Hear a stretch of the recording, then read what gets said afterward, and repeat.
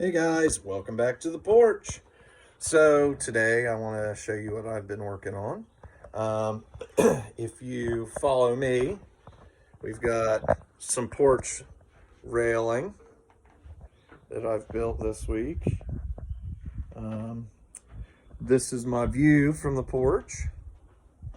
We've been getting a lot done around the house. Serena is about 8 weeks away from her due date, so we're getting pretty tight around here. Trying to get everything done before the baby comes. Number two, it's a scary time right now. We don't know if I'll be able to be in the delivery room with her, which is really sad. But even more than that, there are those background fears that something could happen while we're in the hospital. And with her being a nurse and going to work 3 days a week, there's still that chance that something bad could happen. But God has protected us so far, and He's going to continue to protect us and bless us. And I hope that He is blessing you and protecting all of you, and you're all safe. This is a really big weekend. Easter Sunday is coming up. Hopefully you guys are finding ways to celebrate Easter and still maintain social distancing. My family, we're going out to the lake and we're having an outdoor Easter dinner, social distancing edition of Easter. So let's go right into what we have today. The first thing I want to talk about is in some of your lesson plans, I have been mentioning that I want you to teach the student and not the label. And what I mean by that is, oftentimes in your differentiation, you guys will put kids with IEPs will do this, gifted students will do this.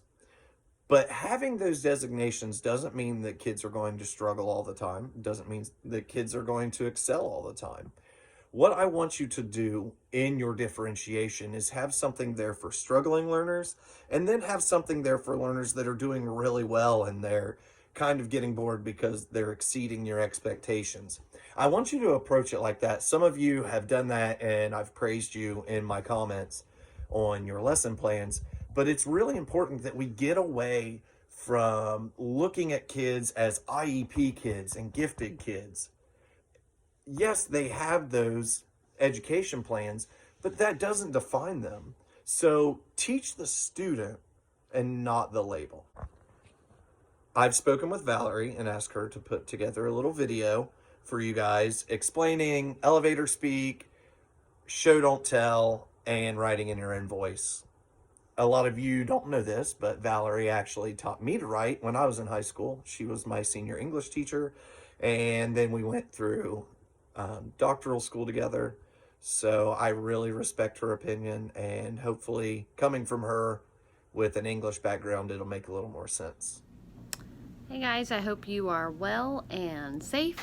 I just wanted to reach out to you because Professor Cooper told me that y'all are struggling with show not tell and maybe finding your voice with your writing, and that's something that we've had to work a lot on through our undergrad and master's and doctorate's degrees. So basically with your annotated bibliographies, what you want to do is take the journal article or the study or whatever it is that you're reading, and then instead of saying and telling us this idea is good, such and such idea is good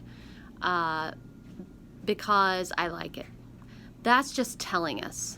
Show us and then analyze it and then apply it to how you would use it in your classroom. Okay, now granted, some of you might not teach math, and that's fine, but you can take some of the principles and some of the instructional methods and things that are talked about in the journal article or the study, and then talk about how you're going to apply those in your classrooms.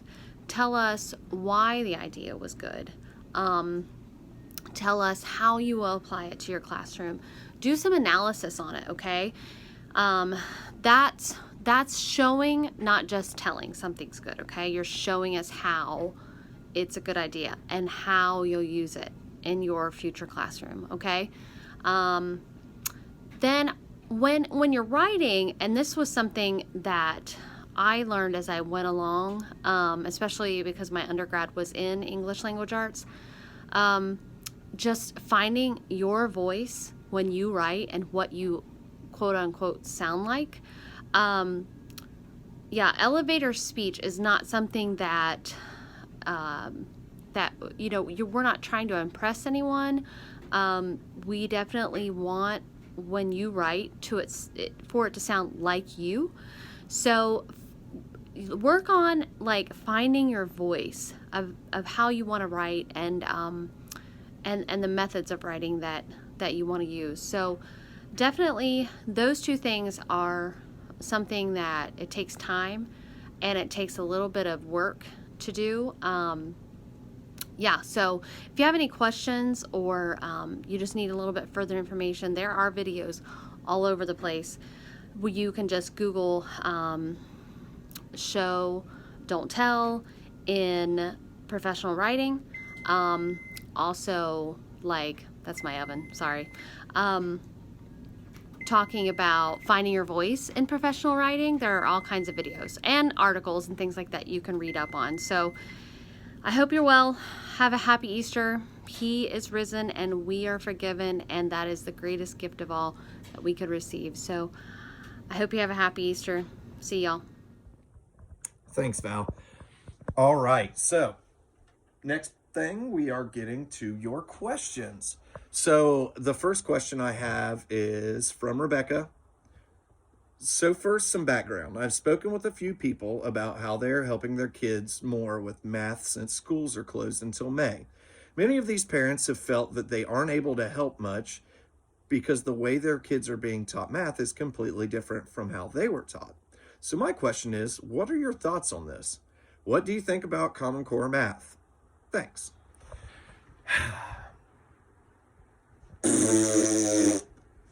I think Common Core math is terrible.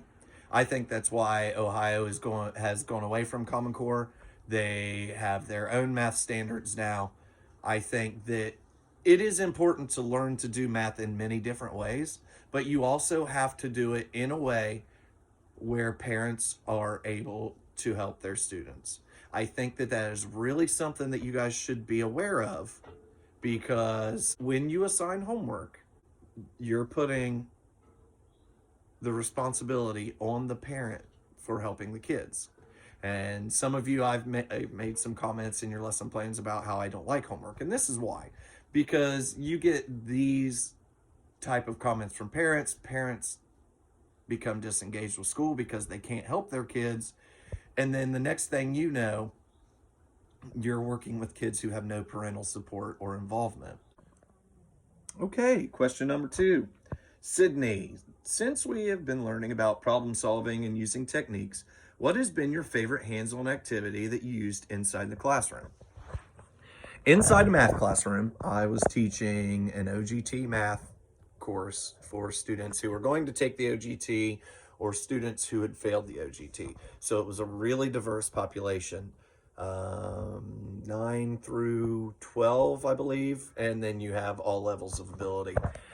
So in this, we had to do some scaling, and I had students do scale models of gliders, and we created scale models of gliders and tested them in the classroom.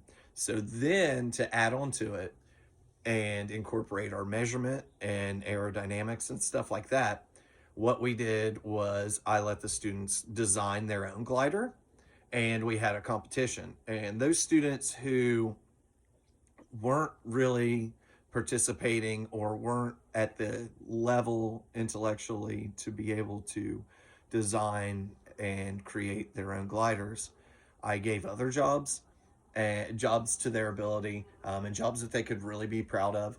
Some students that were really backward, I let be the recorder. Some students that may have been cognitively disabled, I let them do the measuring tape, and they were really excited about that. I had one of the big track measuring tapes that went like 150 feet. So they'd get really excited. And it was a way for everybody to get involved and everybody to come together as a class. And I think that was my favorite part of the lesson. It wasn't that kids had an understanding of scaling and an understanding of measurement. It's that this incredibly diverse group of kids who would have never come together to work on anything were really excited and helping each other and working together. And and for that day, it was kind of, you know, a really special situation. Next question, we have two from Megan. She says, I've seen a lot of teachers are using Zoom for their classrooms with younger students. Is that a good way to use resources with online learning? It really is. If you can get some of your kids in on Zoom and do some stuff, that's really awesome. Our multi-handicaps classroom in the intermediate, so 3rd through 5th grade, they're doing Zoom a week so that they can just be together and work on socializing and, you know, different adaptability skills that they need. It would also be really good for you if you were doing some different instruction, some introducing new things. But what you have to realize is that some kids aren't going to be able to Zoom. So you can't make it mandatory, but it is a nice addition and it's really good for everybody to have that opportunity. Your next question, what are the best ways to teach intervention students with the new way of learning? Or is there no teaching? There's always teaching. And this is going to sound like a cop-out, but intervention students require individual education. They require individualized learning. They require specially designed services and specially designed instruction. So what you need to look at from an intervention standpoint is what best suits your kid. If you have a kid that is on an IEP from a household where they have the ability to Zoom, that's great. You can get together with that kid on Zoom and you can do a 15-minute lesson or just interact with them and help maybe tutor them with their stuff from other classes. For those who aren't available on Zoom, you're going to have to be more creative. Maybe teleconferences, you know, maybe you send them pictures or a postcard or anything to really address their needs in a personal manner. It's going to be very hard, especially when social distancing is so important for you to be able to give these kids what's best for them. But giving them something is better than giving them nothing. My next question comes from Emma. Academically, how do you think this school year will affect incoming students in the classroom next year? Do you think teachers will have to spend the first few weeks trying to catch students up? I think that it depends on what subject you're in. If you are in high school and you are teaching geometry after kids had algebra, I think that you could spend a week refreshing, but those subjects really, they are very different. So it's kind of counterintuitive that Ohio does Algebra 1, Geometry, Algebra 2. They should really go Algebra 1, Algebra 2, Geometry. So when you have that kind of situation, or when you go from biology to earth science, you're going to be able to start at the beginning of the year. And maybe your kids won't have all of the knowledge that they were supposed to, but they have enough to be successful, and you're just going to have to be a little more patient. When it comes to 3rd and 4th grade transitions, you are going to have to really co-plan with the teacher in the previous grade and the teacher in the next grade. Buildings are going to have to come together. We're going to have to find out where you left off, and we're going to have to pick up from there and try to cram it all in. So that we can hit the standards. I think that there will be a big shakeup in testing given this. So I think that there may be fewer standards required per year, and they'll let us start focusing on mastery again. Our next question comes from Carrie. She says, since we are all stuck at home, what are some outdoor educational things parents could do with their kids? I try to do things with my kids every day, but I'm running out of ideas. Because this is a math class, you can start incorporating math into some exercise. Maybe measure your kid's stride and see how, if they can figure out how many steps it would take them to get to a certain place or to walk a certain distance. Maybe you could have them identify different geometrical shapes outside and talk about how certain shapes are stronger than others. Maybe you could start working on currency. You can start working on multiplication. And it really all depends on what level your kids are at. I know that you have kids at all different levels. So I would try to get creative with maybe your older kids. Give them an imaginary budget and have them plan their future summer vacation, or have them budget for school clothes next year, or just anything that you can do. And with your younger kids, you can work on shapes, and you can work on how many steps does it take to walk around the house, and then you can start working on timing stuff and speed. So there are lots of different things that you can do mathematically that will help you when it comes to designing things for your middle childhood classrooms. So I would spend time really finding out what works for your kids, because what works for your kids is definitely going to work for your students in the classroom. Our next question is from Sarah. There's one question that's always been on my mind since I was a middle schooler, and I've heard this question asked by middle schoolers and high schoolers. The question is, what is the point of learning this subject if we are not ever going to use it again? Scenario. Student would ask, what is the point of learning about radical properties in mathematics if we are never going to use them again? As teachers, would we stop teaching the students to make obvious, long, drawn-out point that some of them might see these rules again? Or as teachers, do we offer a shorter answer and get back to the lesson? How would we go about answering the students' questions as teachers? Okay, so this is how I always addressed it. Give them the quick one during class, and then at the end of your explanation, give them the opportunity to come back, and then you guys can have a longer conversation. An example would be, in a math class, you have a kid that doesn't see the importance of using radicals, and you say, well, it's a standard that we're required to learn. You also use it in your daily life. Quite often, you just don't realize it. And if you stick with me, I will show you how we use these in the real world. And then obviously, you're going to have a couple real world problems that go with your lesson. And then if the student's still not satisfied, offer to meet with them at the end and explain how radicals impact our financial situation, explain how compound interest works, and how all of these things can come together and really affect our lives, especially financially.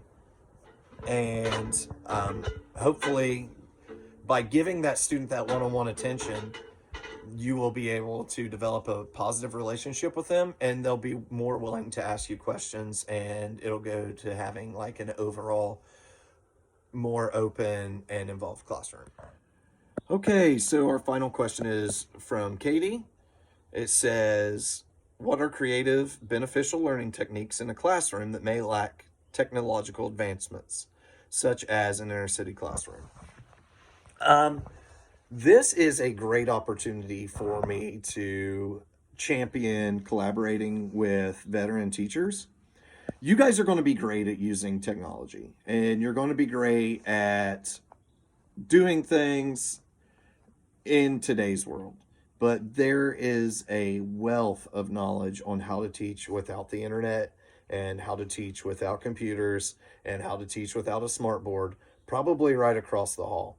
And it's really important that you guys jump in and start working with veteran teachers as quickly as possible. Pick their brains, steal as much as you can from them, because they are willing to give it and they want to see you do well. And I have found that when you collaborate with veteran teachers, they start coming back to you and asking how to do different things.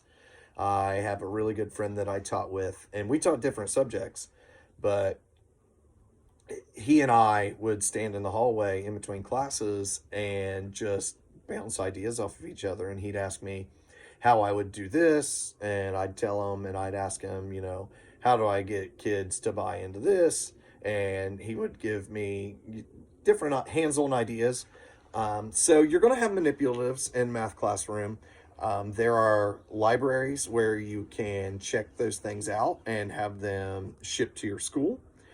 So there are countless resources online about how to use household objects for math.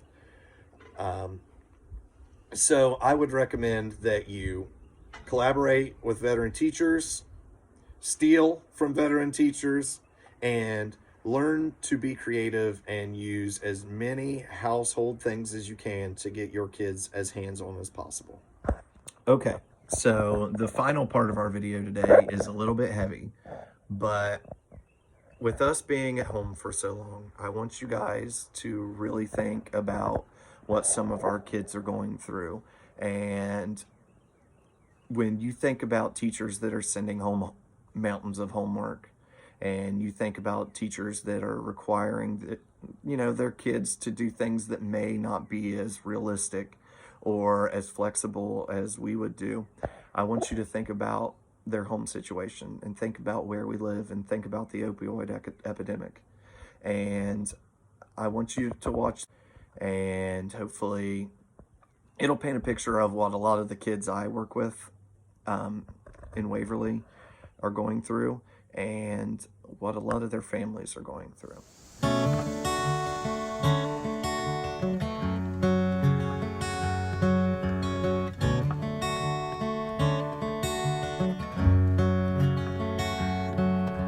Summer's ends around the bend just flying. The swimming suits are on the line just drying. I'll meet you there for our conversation. I hope I didn't ruin your whole vacation. Well, you never know how far from home you're feeling until you've watched the shadows cross the ceiling. Well, I don't know, but I can see it snowing in your car. The windows are wide open. Just come on home. Come on home. No, you don't have to be alone. Just come on home.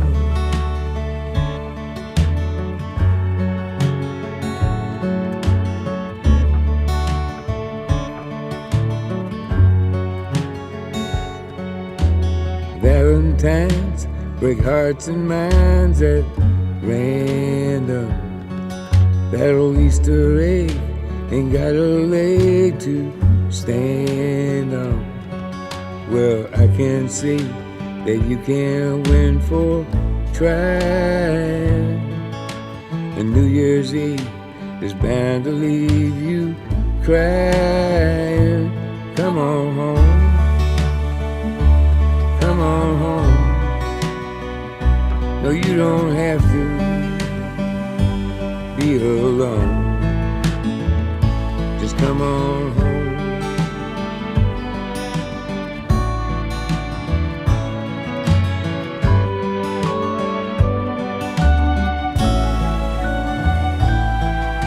The moon and stars hang out in bars just talking.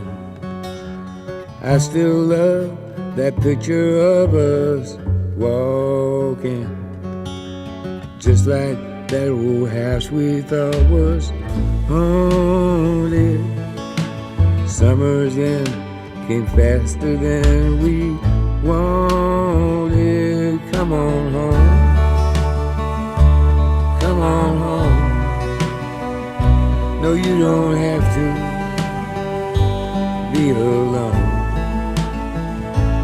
come on home. Come on home. You don't have to be alone. Just come on home.